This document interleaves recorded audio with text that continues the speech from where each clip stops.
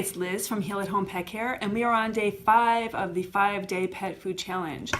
So if you've joined me for the days 1 through 4, welcome back. And if you have missed them, just go back and take a look at those so that you can catch up. Today we're just doing an overview and the benefits of feeding a complete natural diet for your pet.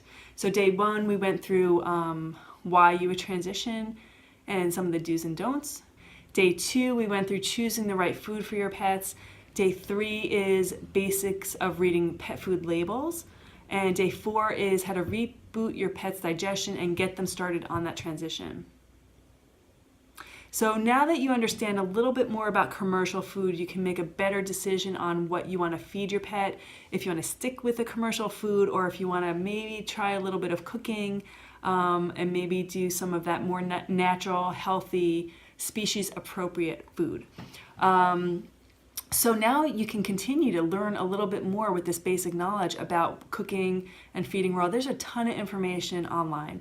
Like I said, some of it is kind of garbage. I've sifted through it for years and years, and I continue to kind of see what's out there. The only way you're going to get a meal that you know is the best for your pet is to make it yourself with the ingredients that you choose and that you make. And if you can't do that, then high quality commercial pet food is out there. I would say it's maybe, I don't even know if it's 10% of the market right now. So now you have a better understanding of how to pick those foods. If you're going to do home cooking or raw food kinds of things for your pet, I would encourage you to work with a nutritionist or someone who is really well versed in pet food nutrition, so that they can help you walk through the steps and make sure, at least in the beginning, that you're doing the right thing for your pet. You don't want to do more damage by feeding things that are not well balanced for your pet. You can really cause some illnesses that way. So work with someone or get some good books to read. As we continue this, I'm going to continue after the 5-day challenge. We'll talk about that later. I'm going to go into more of that. But there is a lot of information out there that you can work with. So benefits that I've seen in pets, I've seen benefits in my own pets. My cat, his nickname is actually Blobby, and he's transitioned to a more natural diet, but he has like a physical problem with his hips. He can't really jump and run, so we get him outside as much as we can. He's kind of like a very earthy cat, so I think his body composition is he's a little bit more grounded, and he just has that kind of big cat feel. But I've seen his body transition and he has lost some weight. So we're still working on that. But with my dogs, I see it in their body condition. They're leaner, they're not carrying extra weight on them, they're ready to go. Where in the past I've had dogs that maybe are a little sluggish or got medical conditions that I always wonder that if I had fed them a more natural diet, if they would have been a little bit healthier. I've seen a decrease in allergic symptoms with pets that I've seen. A lot of times asthma and allergies and ear problems are directly related to diet. So I've seen changes of diet help those conditions. Things like arthritis, if your pet's a little bit overweight, it can take some weight off and help with arthritis.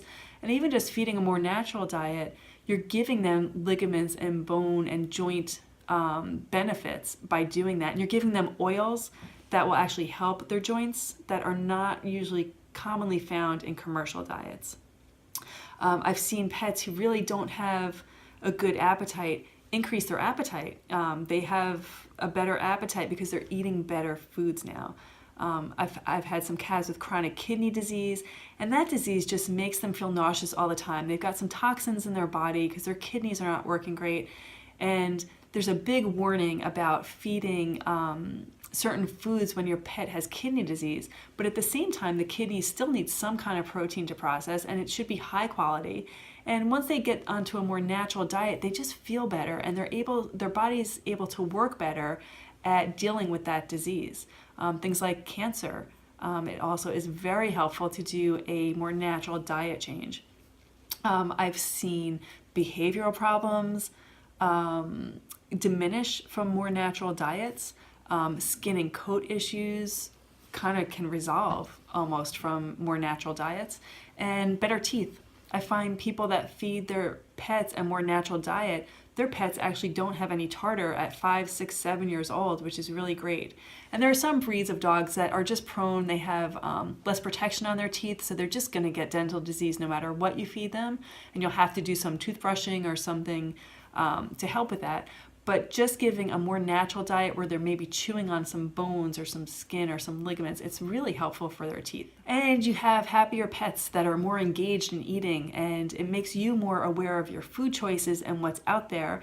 And there's just a bigger picture to all of this, that you're feeding something more natural to your pet, and you can actually see a difference in your pet, and then you're promoting and encouraging and supporting companies that want the same thing for your pet and for the planet. If you've enjoyed this 5-day challenge and you've benefited from this and want to continue, I'm going to continue with some more in-depth information and some guidance for you in the Learn at Home Pet Care membership portal, where there is a library of information ranging from nutrition to general pet health care, chronic diseases, end-of-life information. So there's a whole library of information there, but I'm going to continue this nutritional journey with you there.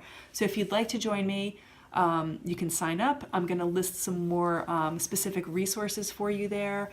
We're going to go into more detail about calculating calories for pets, tips and tricks and guidance on actually making that transition. If you do want to cook or do some raw food for your pet, we'll go into more detail so you can get started on that. And I will give you the top foods to use and the things that I do with my pets and how I've transitioned them to a more natural diet. We'll have some recipes also, and I'll do a few live Q&As so that you can actually be with me there interacting and asking your specific questions for your pets. So I look forward to seeing you there, and if this 5-day challenge was just good for you and you've gotten a good start, just do your research and get some good resources before you start your journey. There's a lot of information out there, and just go through it carefully and make sure that you make the right choices for your pet. Look for some bonuses. I'm going to do a separate exotics. I was going to put it into here, but I think I'm going to just do a separate exotics video for you, and that will be coming soon. I'll post it on my newsletter and here on Facebook and on YouTube. So look for that coming out. And if you want to continue with me on learnathomepetcare.com, I'm going to offer a discount for people who are doing the 5-day challenge. So I'll offer this information for free, and then if you want to just continue, I'll just look on my webpage and you can get the information there on how to get a discount and continue further. There's no obligation if you want to sign up for just a month and get you started. If you want to continue after that, it's all up to you. But I wish you luck with your pet and have fun with this, and just know that you are doing the best for your pet that you can at this time. And just the fact that you're here means that you care about your pet and that you want to do the best thing for them. So I hope you enjoyed this, and I look forward to hearing from you soon. Okay, happy eating.